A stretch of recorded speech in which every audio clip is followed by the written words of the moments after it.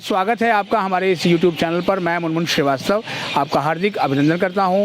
दिल्ली विश्वविद्यालय में आज विद्वत परिषद यानी एकेडमिक काउंसिल की मीटिंग थी और इसमें कई सारे जो है वो विषय पास हुए, लेकिन साथ ही एक मुद्दा और भी उठा, वो ड्यू में एडमिशन से जुड़ा हुआ है। और हमारे साथ मौजूद हैं एकेडमिक काउंसिल के सदस्य प्रोफेसर हरेंद्र नाथ तिवारी, जो कि Shri Ram college of commerce में भी कॉमर्स के प्राध्यापक हैं।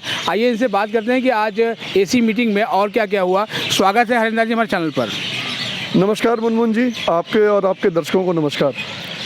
आज जैसा कि आपने पहले ही विषय दे दिया एडमिशन्स वाला, तो एडमिशन के विषय को लेके एनडीटीएफ के चुने हुए प्रतिनिधियों ने कई बार इस मुद्दे को उठाया और हमारे लिए कंसर्न का विषय है, क्योंकि किसी भी शैक्षिक संस्थान में शिक्षा देने वाला और शिक्षा लेने वाला यानी अध्यापक और विद्यार्थी दोनों का एक महत्वपूर्ण रोल है।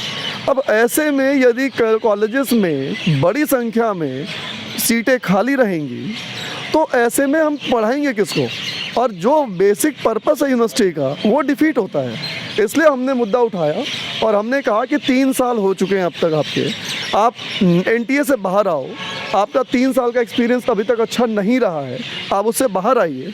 डीयू का अपना प्रोविज़न है एंट्रेंस टेस्ट कराने का, यदि आप यूनिफॉर्मिटी मेंटेन करना चाहते हैं तो आप अपना एंट्रेंस टेस्ट कराइए, हमको उसमें कोई समस्या नहीं है। लेकिन आपको ये इंश्योर करना पड़ेगा कि टाइमली सेशन शुरू हो और बच्चा प्रॉपर एडमिशन ले पाए।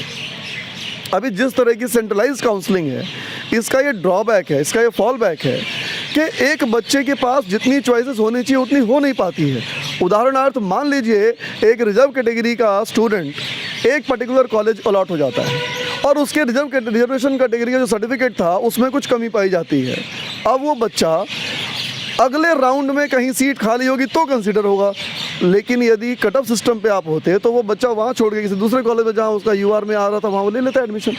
तो इस तरह की कई कमियां हैं। जो ख़ास तौर पे जो सबसे ज़्यादा नुकसान हुआ है वो हुआ है ऑफ कैंपस कॉलेजेस का। जैसे आपकी भगनी निवेदिता का हमें पता चला कि बहुत सारी सीटें खाली हैं, अदिति में है, या इस तरह की जो ऑफ कैंपस कॉलेजेस हैं।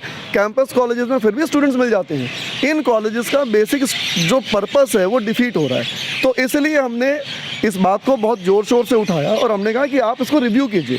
अब 3 साल हो चुके हैं, अब हमें ये एक्सपीरियंस भी है, पिछला एक्सपीरियंस भी है, किस प्रकार से यूनिफॉर्मिटी मेंटेन करते हुए हर व्यक्ति को समान अवसर देते हुए कैसे अपने बच्चों को जल्दी से जल्दी हम अपने सिस्टम में लेके आ सकते हैं, और किस प्रकार अभी मैं आज दिन में मैंने एक सर्वे देखा, तो जो बच्चे हैं 82% बच्चे, मतलब एक सर्वे है उसके आधार पर कह रहा हूँ, मैंने नहीं किया है, किसी और ने कंडक्ट किया है, वो मैंने देखा वो चाहते हैं जी एक अवसर और दीजिए।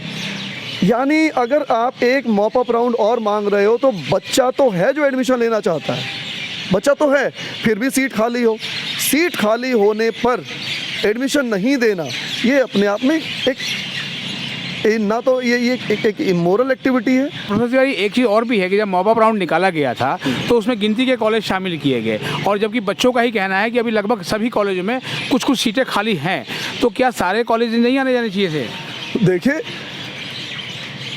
एडमिशन ब्रांच मेहनत कर रहा है, हम की मेहनत को पर प्रश्न चिन्ह नहीं उठा रहे, लेकिन जिस पर्पस से एडमिशन ब्रांच बना है, यदि वो पर्पस सर्व नहीं हो रहा है तो उस पर सवाल उठेंगे। बच्चे उठा रहे तो वो तो डायरेक्ट बेनिफिशियरी है, वो तो उठाएंगे ही। भाई आप मुझे बताइए, यदि किसी भी कॉलेज में सीट खाली है, 4 सीट भी खाली है, तो वहाँ अवसर क्यों नहीं मिलना चाहिए बच्चे को? बिल्कुल मिलना चाहिए। सेलेक्ट कॉलेज में क्यों होना चाहिए?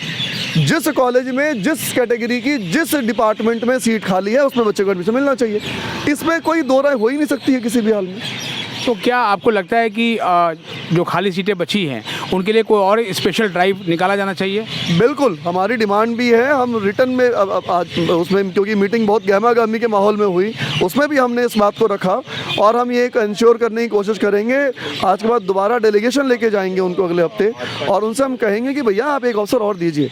यदि सीट खाली पड़ी है, अगर सीट खाली पड़ी है, ऐसे में बच्चे को एडमिशन का अवसर नहीं देना बहुत समझदारी वाली बात नहीं है। आज जो एसी मीटिंग में और क्या क्या महत्वपूर्ण निर्णय लिए गए? जो एकेडमिक काउंसिल की जो मीटिंग थी, इसमें एक कुछ बच्चे ऐसे पुराने से स्कीम के चल रहे हैं। एनईपी में तो बच्चा अपने इलेक्टिव सब्जेक्ट को जब चाहे तब बदल लेता है, मतलब अगले साल बदल ले, उसके अगले साल बदल ले, लेकिन जो पुराना सिस्टम चल रहा था उस पुराने सिस्टम में अपना विषय चेंज करने का ऑप्शन नहीं था। तो कुछ बच्चे, 2-4 बच्चे ऐसे हैं जो जिनका कोई एक इलेक्टिव विषय अभी पास नहीं हो पाए कई अटेम्प्ट के बाद भी, तो उनको एक अवसर देने का कि आप दूसरा विषय लेके अपना डिग्री पूरा कर लो, एक ये निर्णय हुआ है जो बच्चों के हित में है। हमने कहा बढ़िया है। दूसरा, यूनिवर्सिटी ने अपना 2047 तक का स्ट्रेटजिक प्लान लेकर आए हैं, जिसको सर्वसम्मति से कुछ मेंबर्स ने डाइसेंट दिया, अदरवाइज बाकी हाउस जो था वो उसने एक्सेप्ट कर लिया। लेकिन एक कंटेस्टियस इशू था IDP, institutional development programme plan. इस प्लान में बहुत सारे ऐसे प्रोविजंस थे जो यूनिवर्सिटी के एकेडमिक एनवायरनमेंट को बैडली अफेक्ट कर सकते थे, इसलिए एनडीटीएफ के लोगों ने उसका भरपूर विरोध किया। बाकी साथियों से भी हमें समर्थन मिला। वहाँ हमने साफ साफ ये कहा कि ये जो डॉक्यूमेंट बना हुआ है ये सेल्फ फाइनेंसिंग और फॉर फाइनेंशियल ऑटोनॉमी की तरफ डायरेक्शन देता है, जो हम किसी भी हाल में स्वीकार नहीं कर सकते।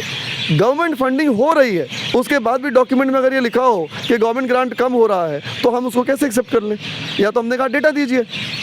लेकिन मैं आपको अच्छी चीज़ ये बताऊं कि जो अथॉरिटी है, जो वाइस चांसलर, उन्होंने भी एक्सेप्ट किया कि नहीं, ऐसा नहीं है कि गवर्नमेंट ने ग्रांट कम किया है, गवर्नमेंट का ग्रांट आ रहा है। अच्छा, दूसरे चुनावों में वोटों की गिनती जो है रुकी हुई है हाई कोर्ट के आदेश से, तो इस पर भी कोई ऐसी मीटिंग में चर्चा हुई? आईडीपी पे पहले कंप्लीट कर लो, फिर मैं इस पे आता हूँ। तो उस पर हमने जब विरोध किया, उसमें बहुत सारे ऐसे प्रोविजंस थे जो हम किसी भी हाल में एक्सेप्ट नहीं कर सकते थे, जिसमें पब्लिक प्राइवेट पार्टनरशिप का मुद्दा हो या यूनिवर्सिटी के रिसोर्सेज को लेट आउट करने का मुद्दा हो।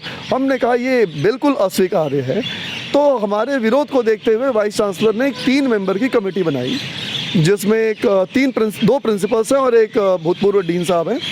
तो ये उन्होंने 3 मेंबरी कमेटी बनाई उसको रिव्यू करने के लिए, और वो हमसे सैद्धांतिक सहमति चाहते थे। हमने कहा नहीं, आप डॉक्यूमेंट को रिव्यू करके जब लाएंगे हम उसको देखेंगे तब सहमति देंगे।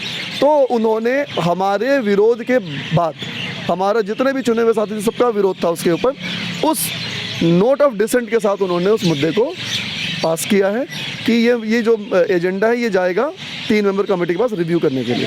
पर सोमवार को इसी की मीटिंग है, हम इसको दोबारा रिव्यू करेंगे।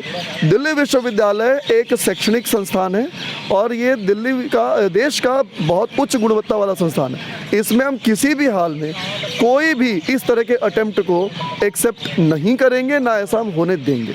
अब जहाँ तक बात है डूसू चुनाव के रिजल्ट की, 21 तारीख को कोर्ट की हियरिंग है, जैसा कि हाई कोर्ट ने, आदरणीय ऑनरेबल हाई कोर्ट ने पहले ही कहा हुआ है।